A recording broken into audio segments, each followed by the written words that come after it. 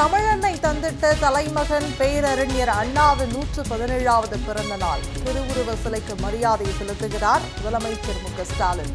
திமுக என்னும் நம் உயிரை தாயென அழித்திட்ட திருமகன் என புகழாரம்.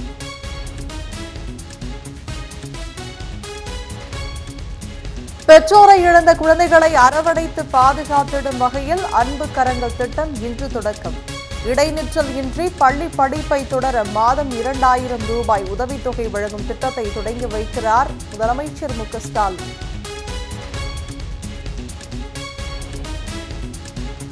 மணிப்பூரில் பிரதமர் சென்று திரும்பிய மறுநாளே வன்முறை. காவல் நிலையம் மீது தாக்குதல், போராட்டம் வெடித்ததால் மீண்டும் பதற்றம்.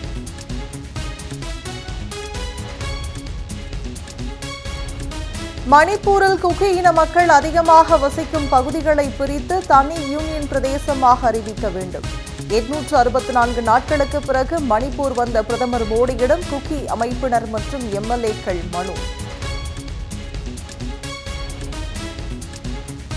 மணிப்பூர் மக்களுக்கு பதில் சொல்லாத பிரதமர் மோடியின் பயணம் வெற்று நாடகம். மணிப்பூரின் எதிர்காலத்திற்கு பாதகம் எனவும் மார்க்சிஸ்ட் கம்யூனிஸ்ட் கட்சி விமர்சனம். வக்ஃப் வாரிய திருத்த சட்டத்துக்கு எதிரான வழக்கு இன்று இடைக்கால தீர்ப்பு வழங்குகிறது உச்சநீதிமன்றம்.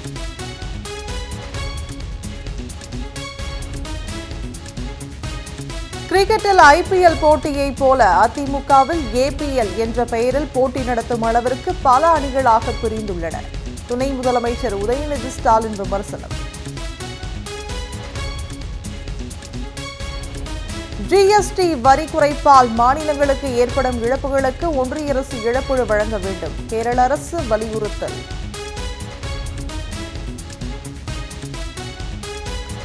தேர்தல் முடிவுகளை சாதகமாக மாற்றி வரும் பாஜகவால் இனி நாட்டின் எதிர்காலத்தை தீர்மானிக்க முடியாது.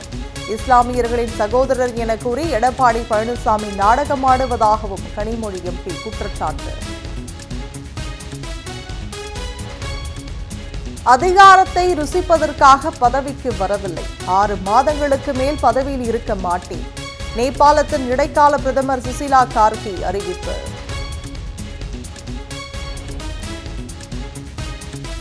கூடுதல் வரி விதிப்புகள் ஒருபோதும் போரை நிறுத்த உதவாது. அமெரிக்காவுக்கு சீனா பதிலடி.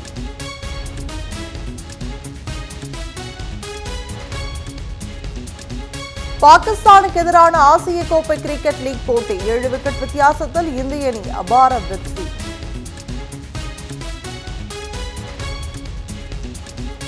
மகளிர் ஆசிய கோப்பை ஹாக்கி தொடரில் சாம்பியன் பட்டத்தை வென்றது சீனா.